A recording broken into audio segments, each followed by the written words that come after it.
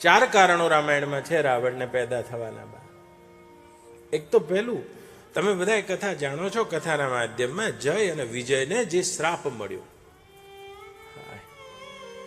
અને જય અને વિજયને શ્રાપ મળ્યો અને શનકાદિકોએ શ્રાપ આપી દીધો કે તમે સ્વર્ગના દ્વારપાળ થઈને તમારું અભિમાન મટ્યું નહીં, જાઓ ભૂમંડળમાં બહુ મોટા રાક્ષસો થઈ જજો. જય અને વિજયનું એક કારણ છે એક કલ્પમાં, અને એ જ રાવણ અને કુંભકર્ણ થયા છે. બીજું એક કારણ નારદજીનું છે. તમે બધા કથા જાણો છો, આ તો 500મી કથા છે. નારદજીએ શિવજીના ગણોનો શ્રાપ આપી દીધો. જ્યારે નારદજીને વાંદરાનું રૂપ મળ્યું વિશ્વ મોહિની, ભગવાનની લીલાના ભાગરૂપે વિશ્વ મોહિનીને પરણવું હતું અને વાંદરાનું રૂપ ભગવાને આલ્યું છે. શિવજીના 2 ગણો જાણતા હતા અને તે લીલાના પ્રસંગમાં બંને ગણોમાં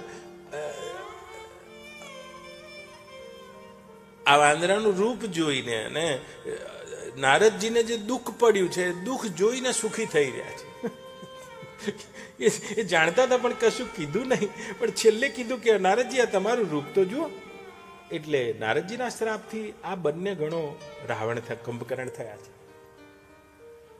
ત્રીજું કારણ વૃંદા અને જલંધરનું છે. તમે જાણો છો, ભગવાનને જલંધરનો જ્યારે વધ કર્યો છે, કથા એના રૂપમાં અદભુત છે. આ બધા એક એક વિષયો માગી લે છે. એ જલંધરની એક વેર લેવાની જે વૃત્તિ મનમાં રહી ગઈ છે, અને એ જલંધર કાળક્રમે રાવણ થયો છે. અને ત્રીજું કારણ પ્રતાપ ભાનુનું છે. તમે કથા જાણો છો, એ પ્રતાપ ભાનુને જે બ્રાહ્મણોનો શ્રાપ મળ્યો અને એ જ પ્રતાપ ભાનુ એક કલ્પમાં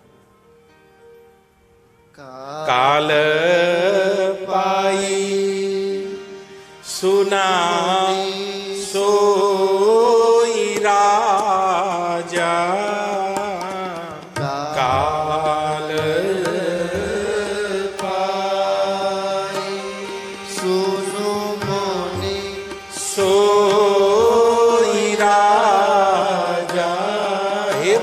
મુનિ સાંભળો, આ પ્રતાપ ભાનુ એ બ્રાહ્મણોના શ્રાપથી આટલો મોટો પ્રતાપી રાજા હતો. આ જ રાજા બ્રાહ્મણોના શાપને લઈને આ પ્રતાપ ભાનુ ઉપર આખી કથા કરે.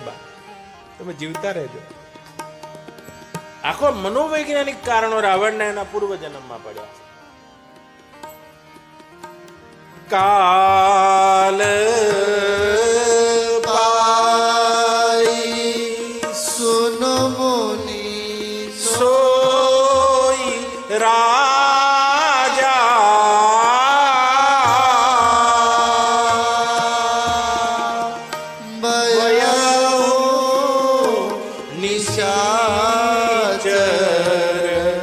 સહિત સમાજા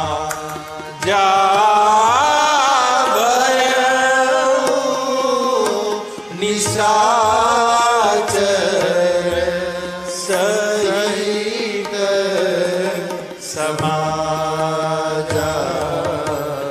દશ શીષતાહી